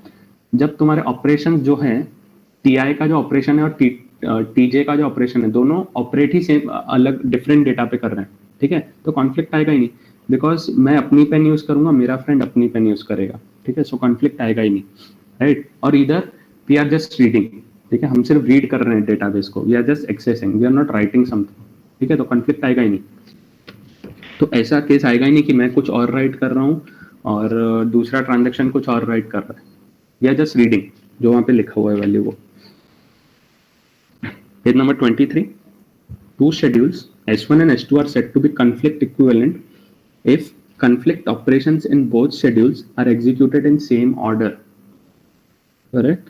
So two schedules S1 and S2 are said to be conflict equivalent if conflicting operations in both schedules are executed in same order. ठीक है. Very important point to understand. So मैंने अभी दो schedules ले लिए. ठीक है. So I will say that these two schedules are conflict equivalent only if जब conflicting वाले जो operations हैं, मतलब read write, write read, write write, ये वाले जो operations हैं वो दोनों में same order में होने चाहिए. Same order I mean जैसे अभी S1 में देखो. ठीक है. S1 में we have two transactions T1 and T2. These are RAWA. ठीक है. So what I can say, पहले तो एक पहले इंपॉर्टेंट चीज ये है कि सेम ट्रांजैक्शन के जो ऑपरेशंस हैं, ठीक है, वो ऑपरेशंस कभी भी खुद में कन्फ्लिक्ट नहीं करेंगे. राइट. सेम ट्रांजैक्शंस के ऑपरेशंस आर नेवर कन्फ्लिक्टिंग. मतलब मुझे ही रीड करना है, मुझे ही कंप्यूटेशन करना है, मुझे ही राइट करना है. So there is no conflict. ठीक है. सेम ट्रांजैक्शन के operation never conflict. Right. Logically true है. राइट. बट देन मुझे राइट करना है और मेरे ओपोनेंट वाले ट्रांजेक्शन को भी राइट करना है तो कन्फ्लिक्ट आ सकता है, राइट। पहले तो ये चीज समझना, ये बेसिक चीज है which is logically with logically appeals, ठीक है, बेसिक चीज। सो जब मैं अब what will do, I will pick this read A, ठीक है, T1 में जो R ऑफ ए है ना वो मैं देखूंगा, and then I will go to other transaction, I will see कि ये पर्टिकुलर ऑपरेशन के लिए will I get a conflict, ठीक है। सो R ऑफ ए के लिए I can get a conflict of W of A, because first of all it is operating on same data, and R of A और W of A यहाँ पे at least एक write operation है, hence R of A and W of A, this will produce a conflict, may produce a conflict, ठीक है, may produce a conflict। तो इसका order क्या हो गया, R of A पहले होगा, उसके बाद ही राइट ऑफ A होगा। सो I can say R1 of A, that is R1 मतलब ट्रांजेक्शन T1 में रीड, एंड W2 मतलब ट्रांजेक्शन T2 में राइट, ठीक है। नीचे तुम देख सकते हो R1 of A arrow W2 of A, ठीक है। इसका मतलब क्या है, जब भी ये पर्टिकुलर ऑपरेशंस होंगे, सो हमेशा R1 पहले होगा, उसके बाद ही W2 हो सकता है, ठीक है। इसका मतलब ये, and same goes with other one, W1 of A arrow R2 of A, मतलब ये पर्टिकुलर ऑर्डर है दूसरे वाले कॉन्फ्लिक्ट का। सो पहले कॉन्फ्लिक्ट का order was R1A arrow W2A, and second वाले का order was W1A arrow R2A, ठीक है। अब I will check another schedule, अगर वो वाले शेड्यूल में भी सेम ऑर्डर फॉलो हो रहा है, then I will say that these two are conflict equivalent, because पहले तो दोनों के पास सेम कन्फ्लिक्ट्स हैं और दोनों के कन्फ्लिक्ट फॉलो करने का ऑर्डर भी सेम है, right. So I'll check another one. So S2 says R1 WA RB WB on T1, and T2 में RA WA R1 RA और WA, ठीक है। Now first operation of T1 is R of A. It can conflict with W of A of T2, right? So R1A arrow W2A and same W1A arrow R2A, ठीक है। अब दोनों को check करो, दोनों में अभी जो कन्फ्लिक्ट है पहले तो सेम है और दोनों में वही ऑर्डर फॉलो हो रहा है, मतलब पहले R1 ऑफ A होगा, उसके बाद ही W2 ऑफ A होगा, एंड पहले यहाँ पे W1 ऑफ A होगा, उसके बाद ही R2 ऑफ A होगा, ठीक है। Hence because of the same order of conflicts we can say both are conflict equivalent. भैया यहाँ पे R1 of A and W2 of A conflict कैसे करेंगे, मतलब ऑर्डर जगह। ओके, सो पहले हमने जो पढ़े थे कॉन्फ्लिक्टिंग ऑपरेशंस, ठीक है, वी रेड कि कॉन्फ्लिक्ट कब कब आ सकता है, व्हाट कैन यू से, पहले तो तुम्हारा सेम डेटा पे ऑपरेट होने चाहिए, ठीक है, उसके बाद at least one should be right, ठीक है, राइट ऑपरेशन एटलीस्ट एक रहना चाहिए। अब कॉन्फ्लिक्ट बोले तो यहाँ पे अब कैसे आ सकता है कि suppose what do I mean by conflict, ठीक है। कॉन्फ्लिक्ट से मेरा मतलब क्या है कि if I shift the transaction of T2 के जितने भी ऑपरेशंस हैं उन सबको मैं पहले करवा दूं, देन T1 का कोई भी एक ऑपरेशन करने से पहले, ठीक है, T1 का कोई भी एक ऑपरेशन करने से पहले मैं सारे पहले T2 के ऑपरेशंस अगर मैं करवा लूं, ठीक है, so will it affect the overall result of my database, ऐसा काइंड ऑफ। सो अगर अफेक्ट कर रहा है, ठीक है, अफेक्ट अगर कर रहा है तो कॉन्फ्लिक्ट है, अगर अफेक्ट नहीं कर रहा है शिफ्टिंग के बाद, छोड़ दो ये वाली चीज को, छोड़ दो, it is kind of confusing. So what you can say, अभी के लिए बस इतना ध्यान रखो कि I will check one operation of transaction T1 और फिर मैं T2 में जाके ऐसा ऑपरेशन ढूंढूंगा, पहले तो वो सेम डेटा पे ऑपरेट करना चाहिए, उसके बाद उन दोनों के बीच में एटलीस्ट एक राइट होना चाहिए, ठीक है। I call this as conflicting operation. भैया बट अभी सपोज S1 एक शेड्यूलिंग देख, इसमें मेरा R1 और RA और WA, T1 में पहले RA और WA हो रहा है, फिर T2 में RA और WA हो रहा है, सही है, राइट। बट अगर इसमें देखा तो T1 में जो W है उसकी वजह से RA में कॉन्फ्लिक्ट आ सकता है, ये विजिबल है T2 के RA में, T2 के RA में, हाँ तो वो लिखा है ना नीचे W1A arrow R2A। But suppose यही शेड्यूल कंसिडर किया तो T1 का जो RA है उसकी वजह से T2 के WA, इसमें इस दोनों में कॉन्फ्लिक्ट हो भी नहीं सकता ना, पॉसिबल नहीं है ना, क्यों होगा? कैसे नहीं हो सकता? वो नहीं समझा। देख, कॉन्फ्लिक्ट का मतलब ये नहीं है कि सिर्फ W आ गया तो कॉन्फ्लिक्ट आ गया। मैंने वही चीज मैं बता रहा हूँ कि if I conduct all the operations of T2 before I conduct even one operation of T1, ठीक है, मैंने T2 के सारे ऑपरेशन T1 के कोई भी एक ऑपरेशन से पहले कंडक्ट करवा लिए अगर, ठीक है, तो जो मेरा फाइनल जो आंसर आएगा, ठीक है, सो फाइनल जो मेरा आंसर आएगा वो should be same as the answer which comes by doing this interleaving, ठीक है। मे बी शायद कंफ्यूज हुआ होगा, बट देन मैं वही कह रहा हूँ अभी के लिए जस्ट अज्यूम कि दिस इज ट्रू, ठीक है, जस्ट पकड़ के चलो आगे। तुम जब एग्जाम्पल सॉल्व करोगे you will get the gist कि ऐसा क्यों हो रहा है, ठीक है। So I can't explain it यार, मैं बता नहीं पा रहा हूँ अभी कैसे ये नहीं समझ रहा है कि वो क्यों रहा है, कॉन्फ्लिक्ट क्यों है। ठीक है, वही तो थोड़ा बात के लिए रखते हैं थोड़ा, ठीक है। ठीक है, चलेगा। एक बार एक आध एग्जांपल सॉल्व कर लेंगे, फिर we'll see कि ऐसा क्यों हो रहा है, ठीक है। Okay. तो अभी के लिए जस्ट अज्यूम दिस, या so 23 done, 24 now. So in PPT I guess examples थे,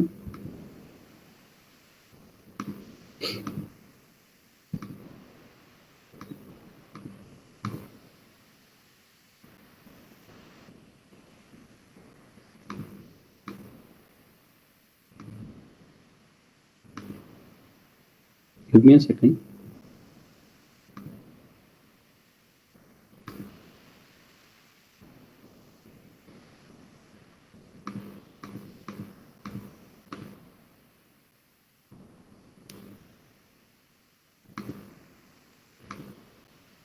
Yeah. So, test if conflict serializable to S, ठीक है। I have been given two schedules S1 and S2, और मेरे पास एक शेड्यूल है serial schedule S named as S। वो serial schedule में पहले पूरे T1 के ऑपरेशंस हो रहे हैं, ठीक है, मतलब जिनका भी सब्सक्रिप्ट 1 है वो वाले पहले पूरे ऑपरेशंस होंगे इन the same order, that is R1 पहले होगा, W1 बाद में होगा, उसके बाद R2B होगा, उसके बाद W2B होगा, ऐसे, ठीक है। तो मेरा T1 पहले हो रहा है एंड देन T2 बाद में हो रहा है, ठीक है। अब in the PDF you can see that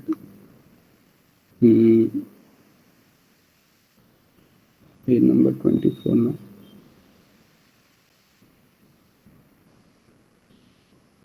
here is it. So S1 मैंने ऐसा बोल दिया, is it visible? PDF visible है क्या मेरे स्क्रीन पे? मैं वो पीपीटी दिख रहा है क्वेश्चन वाला। ओके,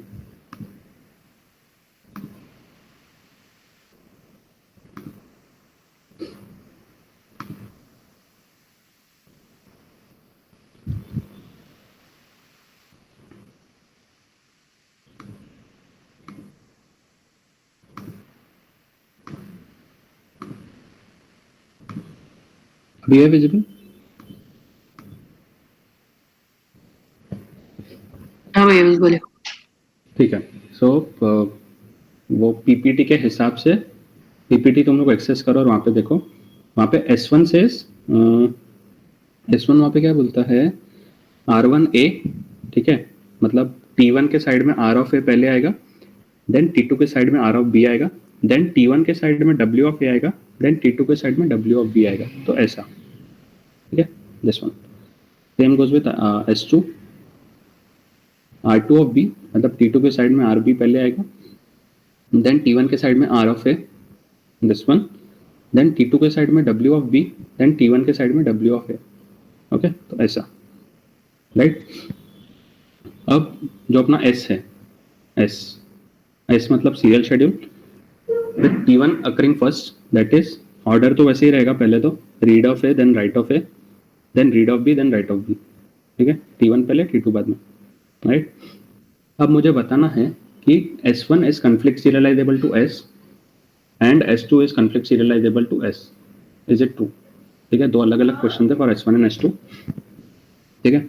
अभी S1 को मैं देखता हूँ, S1 का दिस वाला आई विल पिक फर्स्ट, ठीक है। पहले तो सेम ट्रांजैक्शन में देखूंगा नहीं कभी, I will pick this one, I will go to another transaction, is this a conflict R of A and R of B? No. No. First of all same data पे access होना चाहिए, same data पे नहीं हो रहा है, सो conflict तो नहीं है, ठीक है छोड़ो. Go to next one, R of A W of B, different data पे तो नो कॉन्फ्लिक्ट, ठीक है. Go to next one, this one, is this a conflict, R of B and W of A, no, different data है, ठीक है. फिर same transaction में देखना नहीं है मुझे, और ऊपर का ऑलरेडी मैं देख चुका हूँ, ठीक है. तो ऊपर वाला मैं देखूंगा नहीं. I will go to this one now, W of A and W of B, ठीक है. Is this a conflict, no, different data है, ठीक है. फिर नीचे जाऊंगा W of B, so in this schedule I got no conflicts, okay. I will go to S2 now. अब मैं क्या बोल सकता हूँ, अगर इसमें कॉन्फ्लिक्ट है ही नहीं, राइट, अगर इसमें कॉन्फ्लिक्ट है ही नहीं, सो आई कैन से कि S1 को तुम कैसे भी एग्जीक्यूट करो, S1 को हाउ एवर यू एग्जीक्यूट, ठीक है. कोई मतलब ये चारों ऑपरेशंस में से, ये चारों ऑपरेशन में R of A W of A पहले कर दो, या R of B W of B बाद में करो, या R of B W of B पहले कर दो, R of A W of A बाद में करो. कैसे भी करो, तुम्हारा जो आउटपुट आएगा, बिकॉज इसमें कुछ कॉन्फ्लिक्ट्स है ही नहीं, ये दोनों ये पूरे शेड्यूल में अगर कुछ कॉन्फ्लिक्ट्स है ही नहीं, तो फाइनल जो तुम्हारा आउटपुट होगा, it would guarantee consistency of database, ठीक है. एक बार ये स्टेटमेंट रीड करना, since no conflict exist for S1, hence S1 is serializable with respect to S, ठीक है. What you can say, you can think of S1 as producing the same result as S produces, because S1 में कोई conflicts ही नहीं है, ठीक है. अगर S1 में conflicts होते थे और वही वैसे ही same order के conflicts S में भी होते थे, then I would have said कि S1 is conflict serializable to S, correct, ठीक है. अगर S1 में कुछ conflicts होते थे, सेम कॉन्फ्लिक्ट होते थे S में, then I would have said S1 is conflict serializable to S, right. अभी S1 में कॉन्फ्लिक्ट ही नहीं है, ठीक है. तो S1 का एग्जीक्यूशन, बिकॉज कॉन्फ्लिक्ट ही नहीं है, तो S1 का execution will never lead to inconsistency, okay. Logically speaking operate ही डिफरेंट डेटा के ऊपर हो रहा है, तो इनकंसिस्टेंसी कहाँ से आएगी, right. Transaction T1 is just concern with data A, transaction T2 is concern with data B, ठीक है. मतलब दोनों के बीच में कुछ रिसोर्सेज शेयर ही नहीं हो रहे, ये A के ऊपर काम कर रहा है, ये B के ऊपर. सो लॉजिकली भी अगर देखा जाए तो इसमें कुछ कॉन्फ्लिक्ट आएगा ही नहीं, ठीक है. ऐसा नहीं होगा कि T2 जाके बोलेगा भाई तेरा काम जल्दी खत्म कर और मुझे T1 दे, ऐसा नहीं होगा, राइट. बिकॉज T2 अपना ऑपरेट कर रहा है B के ऊपर, B उसी के पास है. ये अपना ऑपरेट कर रहा है A के ऊपर, A इसी के पास है, okay. Will go to S2 now. Same S2 में भी वही चीज है, T2 is operating on B, T1 is operating on A. कुछ conflict है ही नहीं, ठीक है. So S2 is also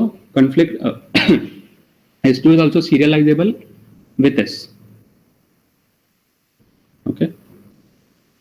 काफी इजी एग्जाम्पल था और इससे ज्यादा कुछ क्लियर हुआ भी नहीं होगा, तो नेक्स्ट एग्जाम्पल देखते हैं.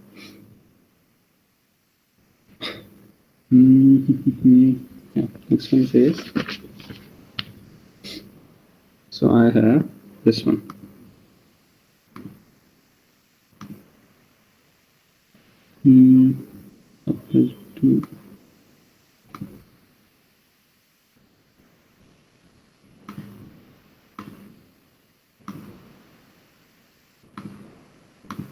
Yeah, so next example is this one, test if conflict equivalent. अब मुझे इन दोनों शेड्यूल को ही आपस में चेक करना है whether these are conflict serializable or not, ठीक है.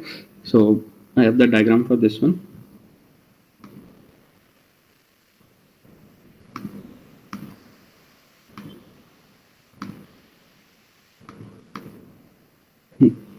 So here is the diagram. Rotate नहीं होगा ये. Okay, we'll look into it. So S1 is RA WA, then ये T1 था, T2 is RA WA and then RB WB RB WB. Okay. So पहले तो इसमें से मैं conflicts figure out करूँगा, ठीक है. So this RA and this WA can serve as conflict, ठीक है. तो R1A arrow W2A, ठीक है.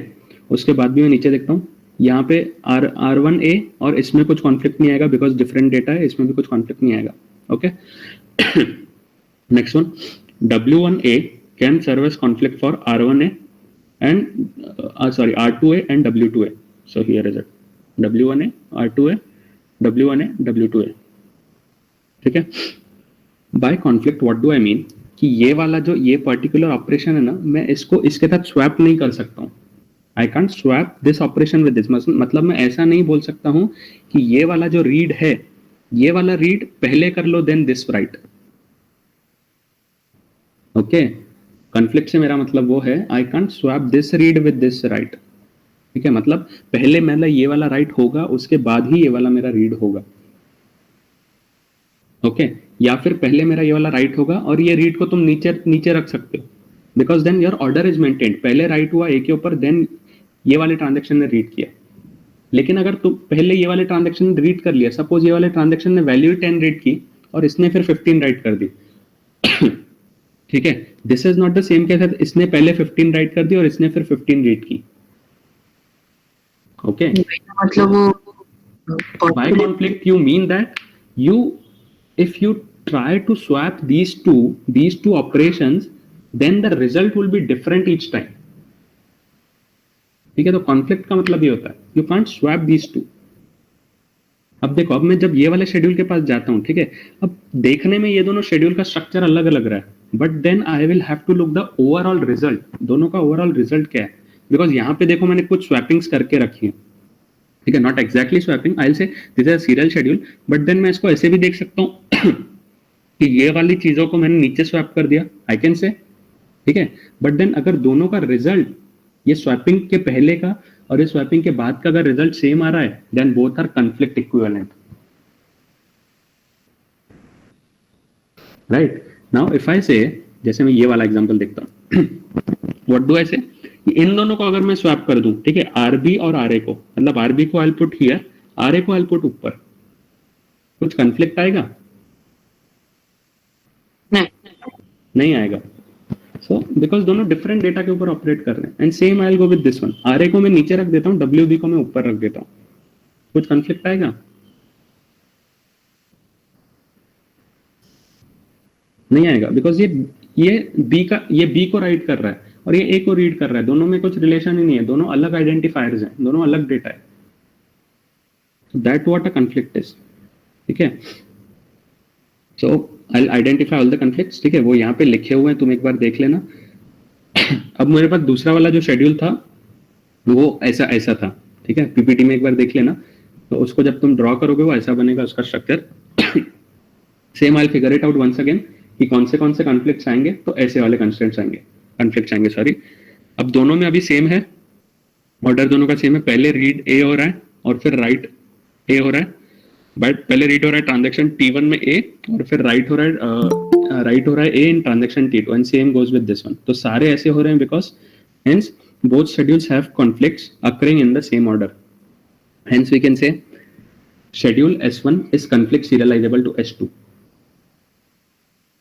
ठीक है, मतलब S1 जो भी तुम्हें अल्टीमेट आउटपुट देगा, जो भी अल्टीमेट इफेक्ट होगा डेटाबेस पर, मतलब डेटाबेस का जो अल्टीमेट स्टेट रहेगा due to S1, due to schedule S1, that same state would be given by this serial schedule.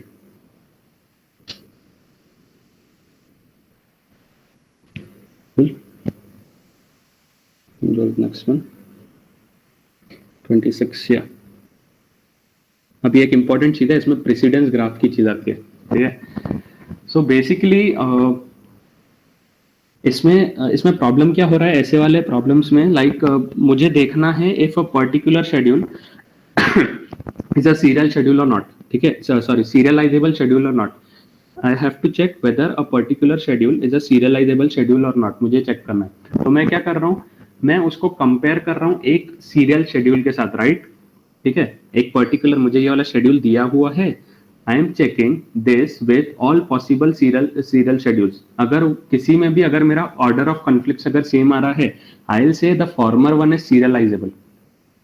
ठीक है, मैं ऐसे कर रहा हूं, बट देन अगर मैं ऐसे गया, अगर मैं इस मेथड से गया तो बहुत ज्यादा हेक्टिक हो जाएगा, बिकॉज एक पॉसिबल शेड्यूल के लिए, एक पॉसिबल शेड्यूल अगर मुझे दिया हुआ है with 3 transactions, so all possible serial schedules कितने होते हैं, 2 to the power 3, नहीं सॉरी 2 to the power 3 नहीं, 3 फैक्टोरियल। ठीक है, अगर मुझे एक शेड्यूल दिया है जिसमें 3 ट्रांजैक्शंस हैं, तो possible number of serial schedules for it would be 3 factorial which is equals to 6, है ना। तो मुझे 6 शेड्यूल के साथ इसको कंपेयर करना पड़ेगा। यहाँ पे अभी 4 ही होंगे, ठीक है। कौन से 4 होंगे? ये पूरा पहले कर लो, ये पूरा बाद में कर लो। 4 नहीं, सॉरी 2 होंगे, 2 फैक्टोरियल 2।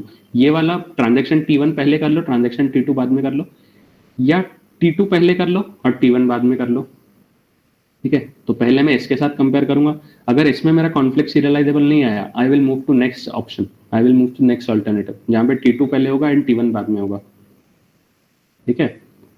तो जब भी मैं सीरियलाइजेबिलिटी आइडेंटिफाई करता हूँ whether a schedule is serializable और not, I first compare the given original schedule to a serial schedule, all possible serial schedules. अगर किसी के साथ भी मेरा ऑर्डर मैच हो रहा है, कॉन्फ्लिक्ट का अगर ऑर्डर मैच हो रहा है, then I say that given non serial schedule is serializable, ठीक है। But then because this is a hectic approach, I use another approach known as precedence graph. अब इसमें मैं क्या बोलूंगा, I will record the order using a graph, ठीक है। I record the graph using a diagram, ऐसा मैं बोल सकता हूँ। I record the order of execution using a graph. So I been given this schedule, ये वाला शेड्यूल मुझे दिया हुआ है।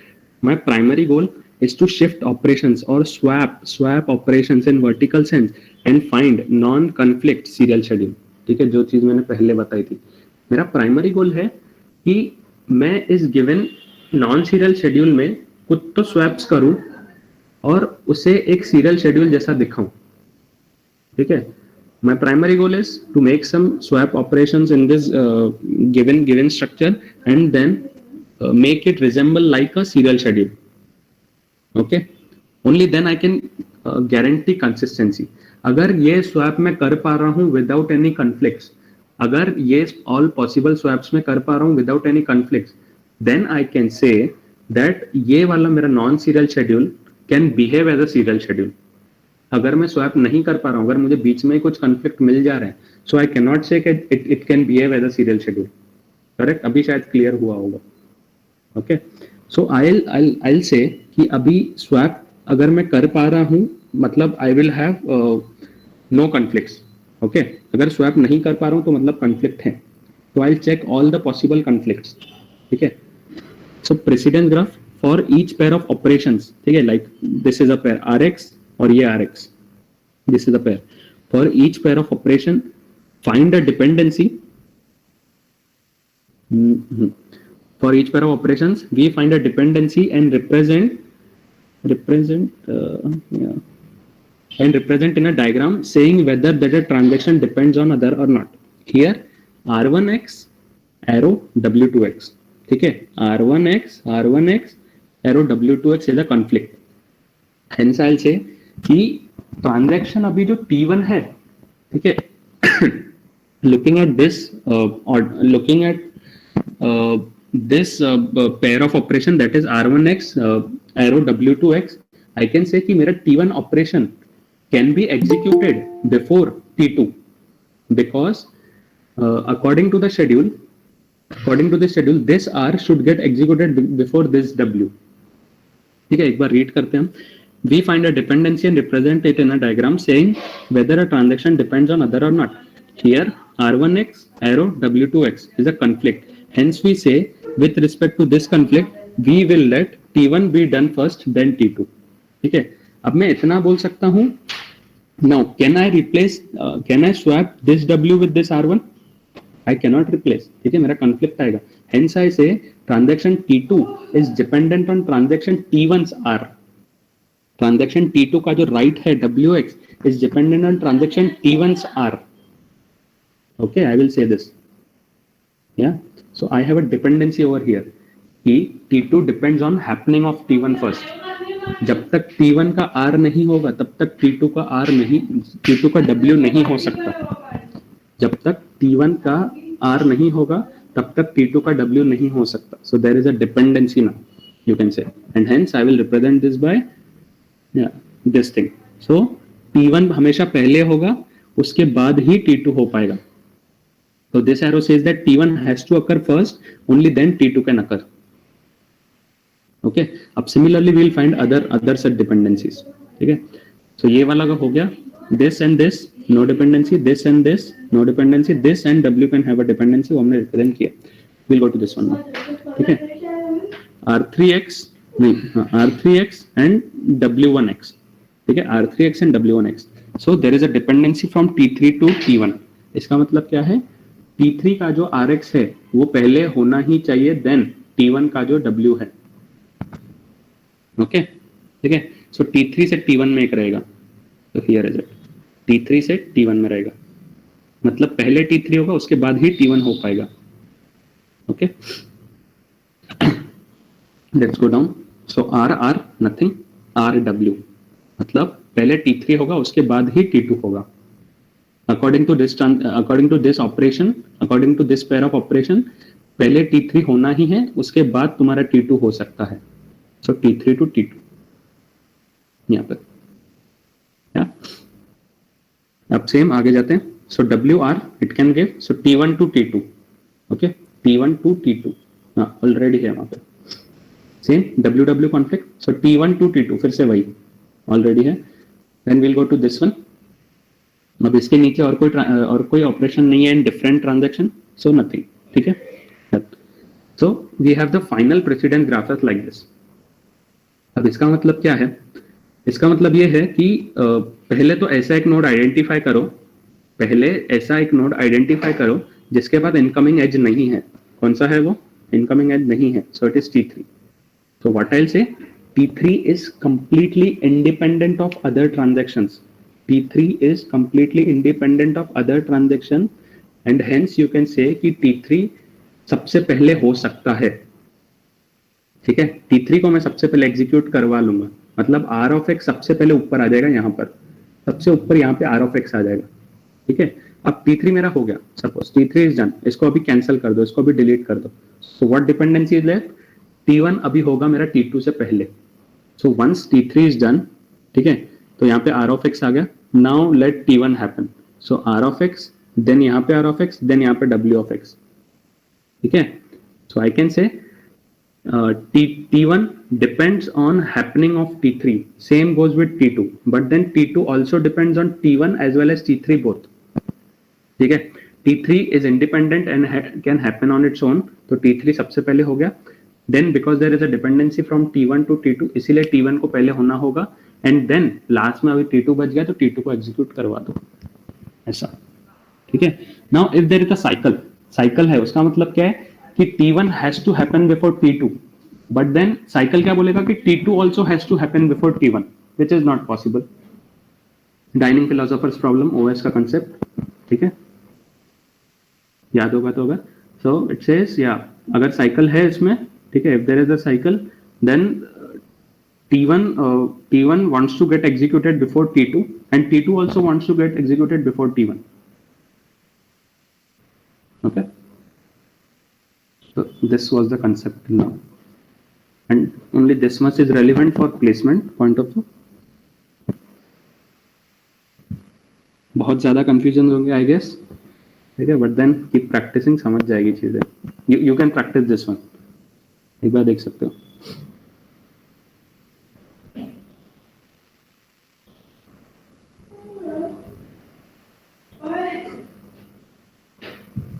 Any doubts guys?